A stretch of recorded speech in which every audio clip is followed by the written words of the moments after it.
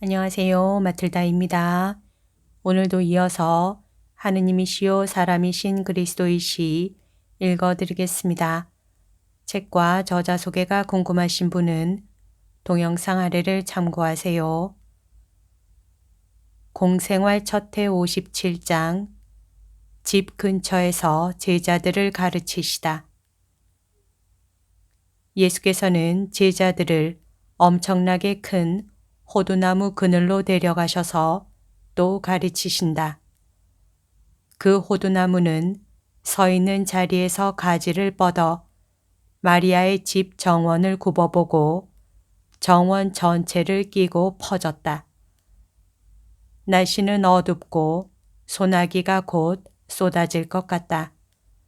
아마 그래서 예수께서는 집에서 멀리 떨어진 곳에 가지 않으시는 모양이다. 마리아는 집에서 정원으로 왔다 갔다 하시는데 매번 머리를 들어 나무 줄기 곁의 풀에 앉아 제자들에 둘러싸여 계신 아들 예수를 바라보고 미소를 보내신다. 예수께서 말씀하신다. 어제 무모한 말 한마디가 불러일으켰던 일이 오늘 주제가 될 것이라고 말했다. 그 가르침은 이러하다. 확고하게 생각하여라. 그리고 이것이 너희 행동 방식이 되어야 한다.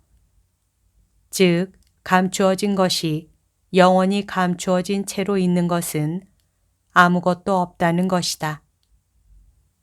하느님께서 당신의 기적적인 표로 당신의 아들들 중 한 사람의 업적을 알리도록 배려하시거나 형제의 공로를 인정하는 의인들을 통하여 알리실 수도 있고 또 사탄이 그렇게 할 수도 있다. 사탄은 조심성 없는 사람의 입을 통하여 선인들은 애덕을 어기는 데까지 가지 않으려고 말하지 않는 것이 낫다고 생각하는 일들을 들추어내서 사람들의 생각에 혼란을 일으키도록 진실을 왜곡한다. 이렇게 해서 감추어져 있는 일이 알려지는 때가 언제나 오는 것이다. 하지만 이것을 항상 명심하여라. 즉, 이러한 사정을 생각하고 악의 비탈로 너희가 미끄러져 내려가지 않게 되어야 하며 한편으로는 너희가 행하는 선행을 발표하라는 자극을 받지 말아야 한다. 착한 마음을 가지고 참으로 착한 마음을 가지고 행동하되 온전히 인간적인 착한 마음을 가지고 행동하는 때가 얼마나 많으냐. 그런데 그 행동이 오직 인간적인 행동일 뿐이고 완전히 순수하지가 않은 의향에서 나오기 때문에 그 행동을 한 사람은 그 행동이 사람들에게 알려지기를 바라고 그것이 알려지지 않은 채로 있는 것을 노발대발하고 신경질을 내며 그 선행이 알려지도록 할 방법들을 연구한다. 이렇게 해서는 안 된다. 선행을 하여라. 그리고 그것을 영원하신 주께 맡겨드려라. 오, 주께서는 만일 그렇게 하는 것이 너희들에게 이익이 되는 일이면 그것을 사람들에게도 알게 하실 것이다. 이와 반대로 만일 그것을 알게 하는 것이 교만한 자기 만족이 다시 나타나게 하는 결과를 만들어 올바른 목적으로 시작한 너희 행동에서 모든 가치를 없애게 될 가능성이 있을 때에는 하느님께서 그것을 비밀로 해 두셨다가 이 다음 하늘나라에서 천사와 성인이 모두 모인 앞에서 그것에 대한 영광을 너희에게 돌려주기로 하신다. 어떤 행동을 보게 되는 사람은 절대로 겉으로 드러나는 것을 가지고 판단하지 말 것이다. 사람의 행동이 어떤 때 기분 나쁘게 보이지만 칭찬할 만한 동기가 숨어 있을 수도 있으니까 결코 비난하지 말아라. 예를 들어 어떤 아버지가 게으르고 방탕한 생활을 하는 아들에게 나가라 하고 말할 수 있는데 이것이 냉혹과 아버지로서의 의무를 회피하는 것으로 간주될 수도 있을 것이다. 그러나 언제나 그런 것은 아니다. 그의 나가라 하는 말 속에는 아들 편에서보다도 오히려 아버지 편에서 나오는 쓴 눈물이 들어있고 또 너의 게으름을 뉘우친 후에는 돌아오너라 하는 말과 그 말이 실증되기를 원하는 소원이 곁들여져 있다. 이것은 다른 아들들에 대한 공평이기도 하다. 이 행동은 방탕한 아들이 그의 것 이외에 다른 아들들의 것까지도 방탕으로 써버리는 것을 막기 때문이다. 이와 반대로 만일 이 말이 하느님과 자기 자녀들에 대하여 과오를 범하고 있으면서 그의 이기주의로 인하여 자기를 하느님보다 높다고 생각하고 아들의 정신에 대해서까지도 권리를 가지고 있다고 생각하는 아버지에게서 오는 것이라면 나쁜 말이 될 것이다. 정신에 대하여는 권리를 가질 수가 없다. 정신은 하느님께 속하여 있는데 하느님께서는 정신이 굴복하거나 말거나 그 자유를 강제하지 않으신다. 세상 사람들에 대하여 행위는 같다. 그러나 그 행위들이 서로 얼마나 다르냐? 하나는 정의의 영역에 속해 있는가 하면 또 하나는 죄되는 독단의 영역에 속해 있다. 그러므로 절대로 아무도 판단하지 말아라. 어제 베드로는 유다에게 자네 어떤 선생에게서 배웠나 하고 말하였다. 이제 다시는 그런 말을 하지 말아야 한다. 어떤 사람에게서나 자기 자신에게서 보는 것을 가지고 아무도 다른 사람들을 비난해서는 안 된다. 선생은 그의 제자들에 대하여 한 가지 말밖에 쓰지 않는다. 그러면 어떻게 10사람은 의인이 되고 10사람은 악인이 되느냐? 그것은 각자가 마음속에 가진 자기의 것을 선생의 말에 보태는데 이것이 선 쪽으로 기울기도 하고 악 쪽으로 기울기도 하는 것이다. 그러면 선생이 주입시키려고 애쓰는 선이 어떤 제자의 마음을 지배하는 지나친 악 때문에 없어진다고 해서 어떻게 선생이 잘못 가르쳤다고 비난할 수 있겠느냐? 성공의 첫째 요인은 너희들에게 있다. 선생은 너희들의 자아를 다듬는다. 그러나 만일 너희가 개선할 가능성이 없으면 선생이 무엇을 할 수 있겠느냐? 나는 무엇이냐? 잘 들어두어라. 너희는 나보다 더 지혜롭고 더 참을성 있고 더 완전한 선생을 만나지 못할 것이다. 그런데도 내 제자 중에 어떤 제자에 대하여도 사람들은 아니 저 사람이 어떤 선생에게서 배웠나 하고 말할 것이다. 너희들은 판단할 때 결코 개인적인 동기에 좌우되지 말아라. 어제 유다는 자기 지방에 대한 지나친 사랑으로 내가 그의 지방에 대해 불공평하게 보는 줄로 생각하였었다. 사람은 조국에나 어떤 사상에 대한 사랑 같은 저 헤아릴 수 없는 요소들의 영향을 받아서 방향을 잃은 물총새처럼 그의 목표에서 빗나가는 일이 자주 있다. 목적은 하느님이시다. 분명히 보려면 하느님을 통해서 보아야 한다. 자기 자신이나 어떤 다른 것을 하느님 위에 두지 말아야 한다. 그리고 혹 어떤 사람이 실수를 하게 되면 베드로야 또 너희 모두들 융통성 없는 사람이 되지 말아라. 너희들 중에 어떤 사람이 저질러서 너희들의 감정을 몹시 상하게 하는 잘못을 너희는 한 번도 그런 잘못을 저지른 적이 없었다는 것이 확실하냐? 너희들이 그러지 않았다고 확신할 수 있느냐 말이다. 또 너희가 그런 잘못을 저지른 일이 없다고 가정하고 너희들이 해야 할 일이 무엇이냐?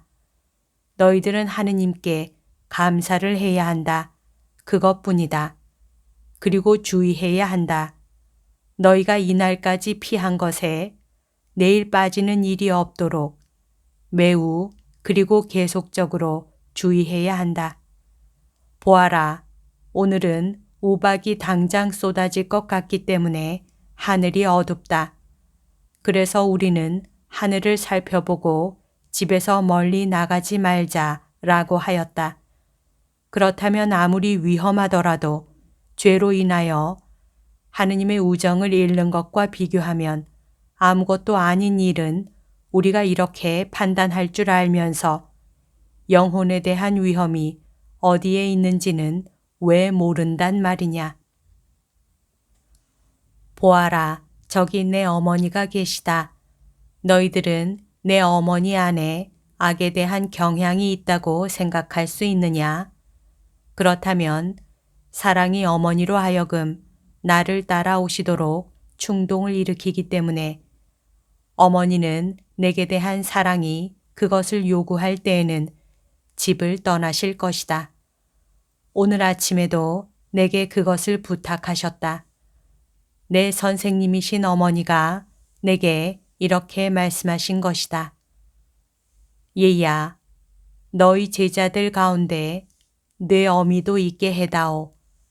나도 너의 가르침을 배우고 싶다라고.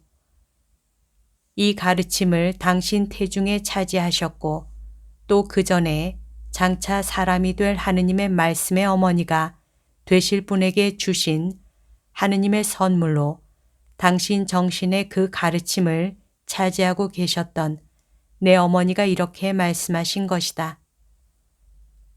그렇지만 내가 하느님과의 일치를 잃을 가능성이 없게 또 그 고약한 냄새가 사방에 스며든다고 말한 그 세상이 내 마음을 타락시킬 가능성이 없이 너에게로 갈 수 있는지는 내가 판단할 일이다. 하느님의 것이었고 지금도 하느님의 것이고 또 하느님의 것이기만을 원하는 내 마음을 말이다. 나 자신을 살펴보는데 내가 아는 한 그렇게 할 수 있다고 생각된다. 사실 나는 내가 성전의 꽃이었던 시절의 순박한 평화와 30년 넘게 주부 노릇을 하는 지금 내 안에 가지고 있는 평화 사이에 차이를 발견하지 못한다. 그러나 나는 아직 영의 일을 잘 알지 못하고 잘 판단하지 못하는 자격 없는 여종이다. 너는 말씀이고 지혜이고 빛이니 내 가엾은 어미에게 빛이 되어줄 수 있다.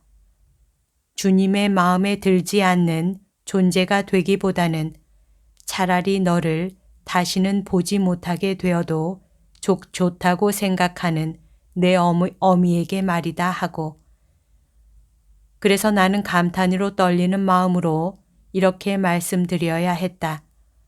어머니께 말씀드리지만 어머니를 타락시킬 수 있는 것은 세상이 아니라 세상이 오히려 어머니로 인하여 향기롭게 될 것입니다 하고 너희들이 보다시피 내 어머니는 이 세상에서 인생의 위험을 볼 줄 아셨다.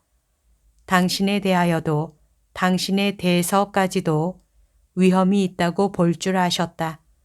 그런데 너희 남자들이 그 위험들을 못 본단 말이냐. 오, 정말이지 사탄이 망을 보고 있다고 너희들에게 말해야 하겠다. 주의를 게을리 하지 않는 사람들만이 승리를 거둘 것이다. 다른 사람들은 어떻게 되느냐고 묻느냐? 다른 사람들에게는 씌어진 대로 될 것이다. 선생님, 어떻게 씌어 있습니까? 그러나 카인은 달려들어 아벨을 죽였다. 그리고 야훼께서 카인이 물으셨다. 내 아우가 어디 있느냐? 아벨을 어찌하였느냐? 내 아우의 피가 땅에서 나에게 울부짖고 있다.